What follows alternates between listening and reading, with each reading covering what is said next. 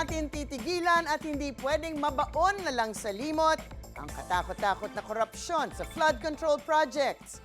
Nakatutok pa rin tayo dyan. Ang tanong ng bayan, ano na nga ba ang nangyayari sa investigasyon? Well, ito na nga. Humarap kahapon si dating House Speaker Martin Romualdez sa ICI. Kaugnay ito sa alegasyon na idiniliver umanong pera sa kanyang bahay. Itinanggi naman ni Romualdez ang pagkakasangkot niya sa isyu ng korupsyon sa mga flood control project. Sinabi niya na wala siyang dapat itago at ang pagdalo niya ay parang tumulong na lang mas malaman ang katotohanan. Pero ang isa pang inimbitahan ng ICI na si dating Congressman Zaldico, no show kahit inisyuhan ng sapina. Pinaniniwalaang nasa labas ng bansa si Ko. Ano ba ang sinasabi ng batas tungkol dito?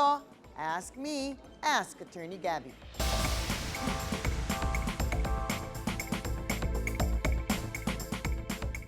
Attorney, palagi nating naririnig ang sapina. Kahit nga mga ordinaryong mamamayan nakakatanggap niyan. Ano ba ang ibig sabihin nito at paano kung hindi sumipot ang sinumang naisyuhan nito? So ano nga ba ang sapina? Ito ay isang utos ng isang korte o isang legal authority tulad ng ICI na hinihikayat ang isang tao na either umapir sa harap nito o magdala ng mga dokumento na kinakailangan sa isang kaso. Pag ito ay utos para sa isang tao na magpakita at mag-testify, ito ay tinatawag na subpoena ad testificandum.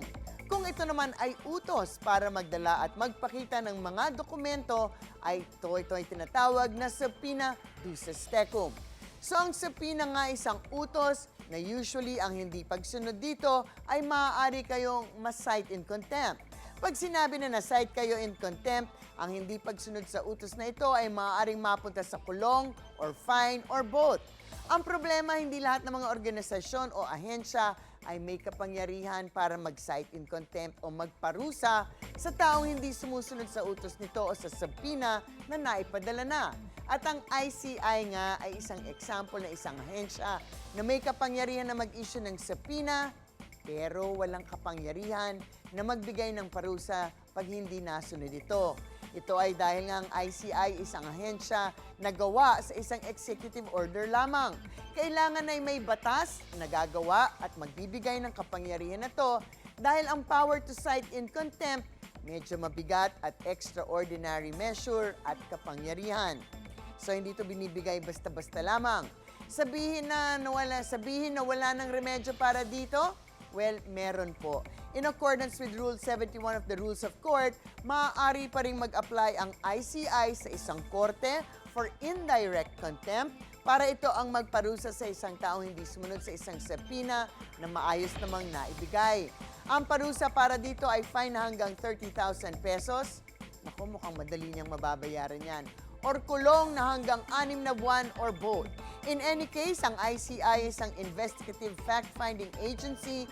Sana nga, whether with or without the power of citing in contempt directly, ay makapag-imbestiga na lalo sa madaling panahon para makasuhan na at may managot na. Inip na po ang taong bayan kasi alam natin na napakarami talagang nawala na pera ng taong bayan dyan sa mga flood control project na yan. So bilisan na po natin. In any case, mga usaping batas, bibigyan po nating linaw para sa kapayapaan ng pag-iisip.